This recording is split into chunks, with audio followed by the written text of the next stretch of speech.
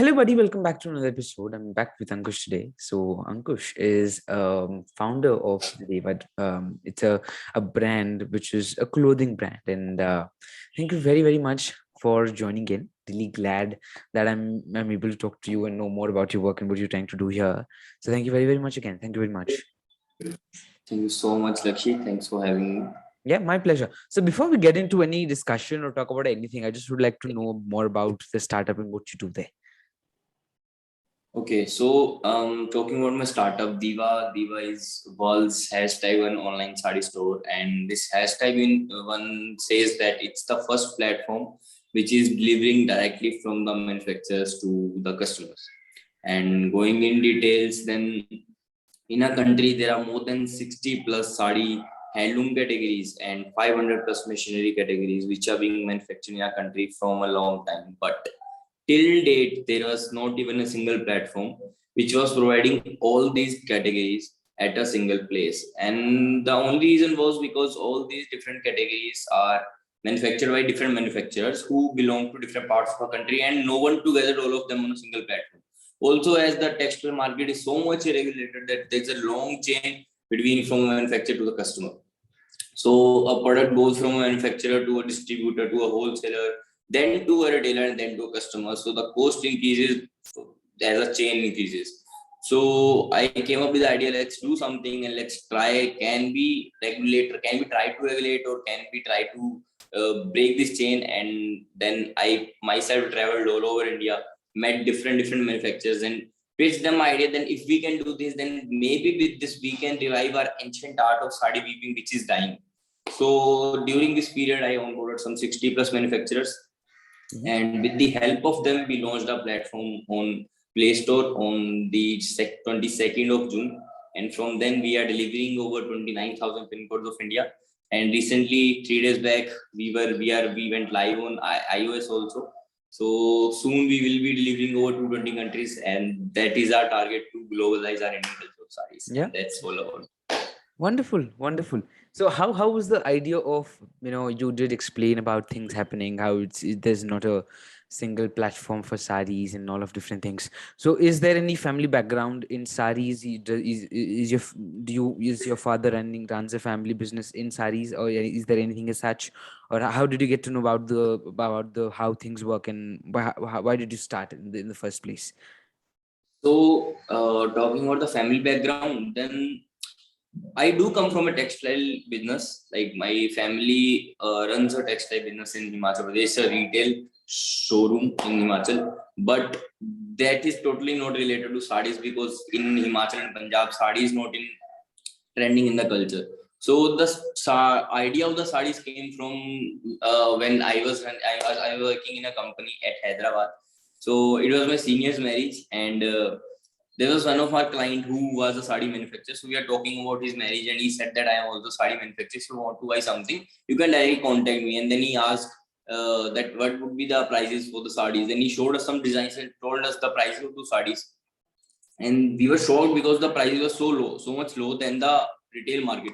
Then he explained us the whole chain, that how this sari market works from manufacturer to the customer, and that thing suddenly hit my mind that what is happening in this market. See, we are living in the same country, product is being manufactured in the same country. The product which is manufactured in my country at a price of 300 rupees is being sold in the market for 1800 or 1900 rupees, just because of a long chain. So then I started researching more, and I came to know that there are so much categories of sarees. There is a category which is manufactured in West Bengal is not being sold in other parts of a country. That is being sold in that particular area, and वहीं पे वो खत्म हो जा रही बिक के. So then I thought, why can't we do this? And then I started building my team, and then yes, we came up with the Diva. Okay. And so and how does how does the supply chain work with Diva? So what happens is, see, the problem with the sari market is, first of all, we need to verify who is a real manufacturer and who is not a real manufacturer. So first we do that, we verify the manufacturer, and then our business development team get the designs from them. There is not a separate section for merchant IDs or something like that, because then we may not be able to verify that is he a real manufacturer or not. So what we have done is our business development team directly contact with the manufacturers. They keep in contact and they get the designs. They verify the designs that okay, this design is being sold in the market for this price or not. Then we always try that we sell the product at a 50% lower than the market rate. So if let's say if a product is being sold in the market for some 2,800 rupees, we have the proofs for that also. So we are selling the same product at 890 or 900 rupees. So this is how our supply chain works, that we get the product from the manufacturer. Okay, we got the order. We'll place the order to the manufacturer. Product will go directly from the manufacturer to the customer. Okay. We'll never come in between manufacturer and the customer.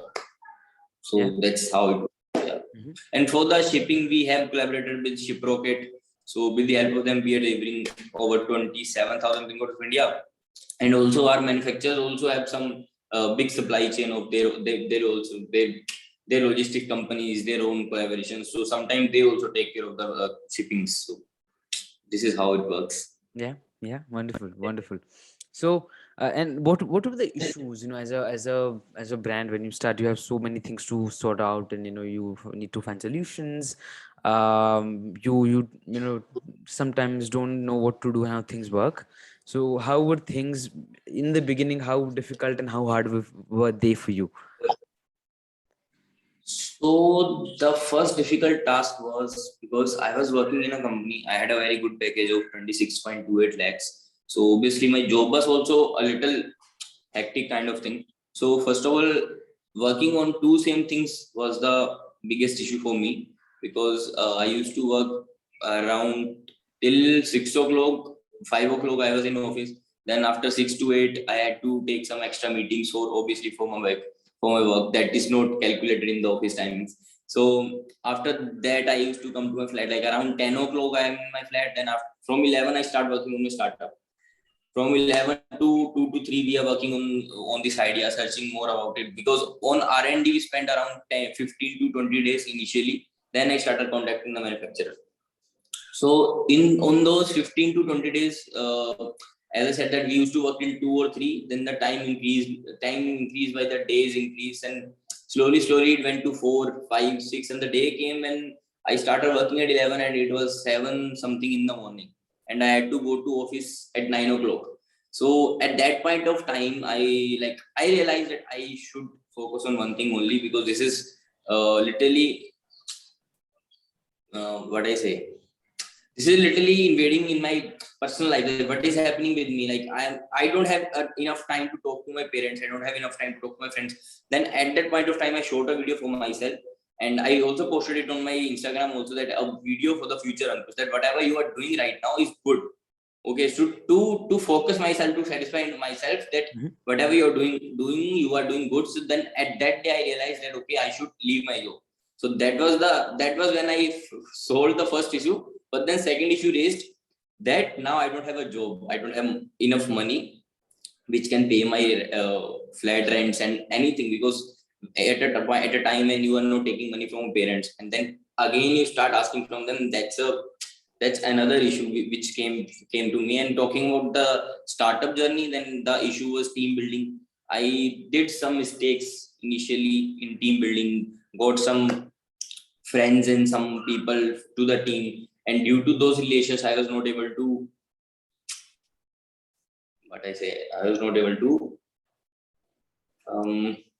convince them, I will say.